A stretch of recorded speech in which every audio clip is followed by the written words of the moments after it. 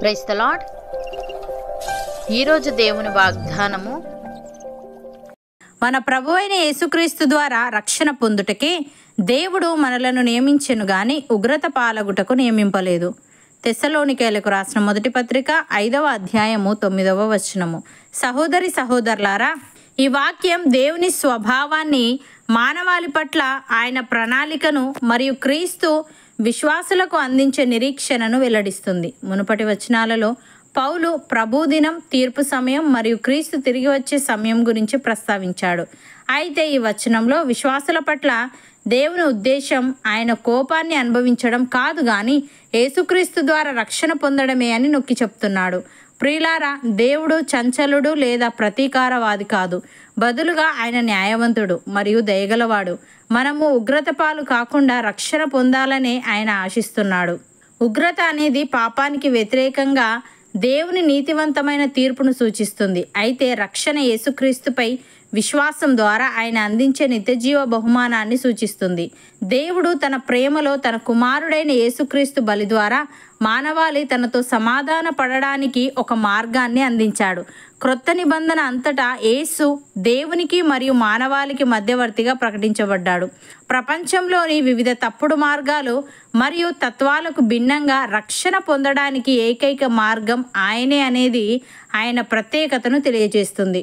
క్రీస్తు ద్వారా విశ్వాసులు పాపం యొక్క శక్తి మరియు శిక్ష నుండి రక్షించబడతారు మరియు దేవునితో ఒక నూతన మరియు రూపాంతరం చెందిన సంబంధంలోకి తీసుకురాబడతారు.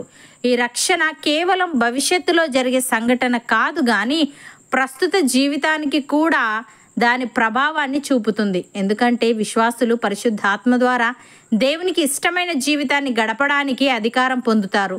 భక్తుడు ఈ విధంగా అంటున్నాడు: ప్రభువు వలన ప్రేమింపబడిన సహోదరులారా, ఆత్మ మిమ్మును పరిశుద్ధపరచుట వలనను మీరు సత్యమును నమ్ముట వలనను రక్షణ పొందుటకు దేవుడు ఆది నుండి మిమ్మును ఏర్పరచుకొనేను గనుక మేము మిమ్మును బట్టి ఎల్లప్పుడూ దేవునికి కృతజ్ఞతాస్తుతులు చెల్లింపబద్దులమై ఉన్నాము.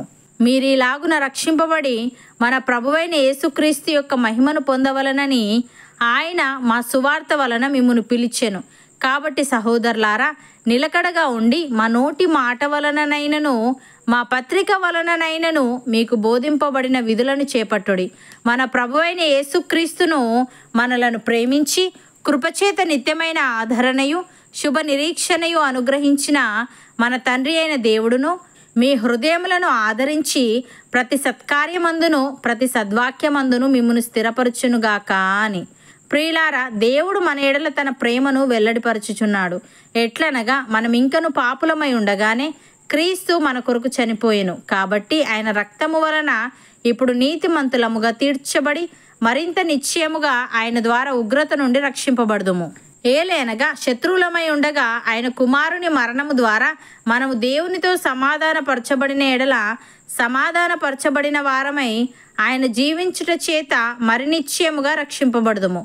యేసయ్య ఈ విధంగా అంటున్నాడు: తండ్రి కుమారుణ్ణి ప్రేమించుచున్నాడు గనుక ఆయన చేతికి సమస్తము అప్పగించి ఉన్నాడు. కుమారుని యందు విశ్వాసముంచువాడే నిత్యజీవము గలవాడు. కుమారునికి విధేయుడు కానివాడు జీవము చూడడు గాని దేవుని ఉగ్రత వాని మీద నిలిచి ఉండును అని. సహోదరి సహోదరులారా, ఇప్పుడు క్రీస్తు యేసునందున్న వారికి ఏ శిక్షా విధియూ లేదు.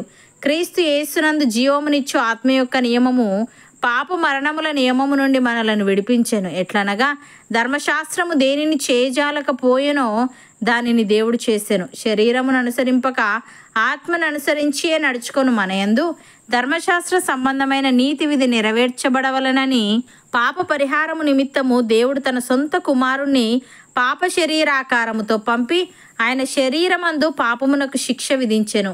శరీరానుసారులు శరీర విషయముల మీద మనస్సునుంతురు, ఆత్మానుసారులు ఆత్మ విషయముల మీద మనస్సునుంతురు. శరీరానుసారమైన మనస్సు మరణము, ఆత్మానుసారమైన మనస్సు జీవమును సమాధానమునై ఉన్నది.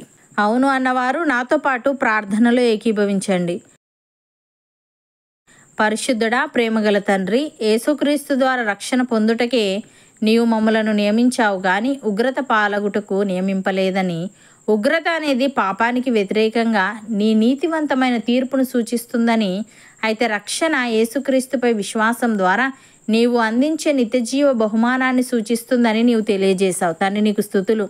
దేవా, మేము నీ యందు విశ్వాసముంచి పాపం యొక్క శక్తి మరియు శిక్ష నుండి రక్షించబడి నీతో ఒక నూతన మరియు రూపాంతరం చెందిన సంబంధంలోకి వచ్చుటకు సహాయము దయచేయమని మేము నిలకడగా ఉండి మాకు బోధింపబడిన విధులను చేపట్టుచు ప్రతి సత్కార్యమందును ప్రతి సద్వాక్యమందును స్థిరపడుటకు కృపచూపమని ఆత్మానుసారమైన జీవితమును మాలో ప్రతి ఒక్కరికి నీవే అనుగ్రహించమని యేసుక్రీస్తు నామమున ప్రార్థిస్తున్నాము తండ్రి. ఆమెన్.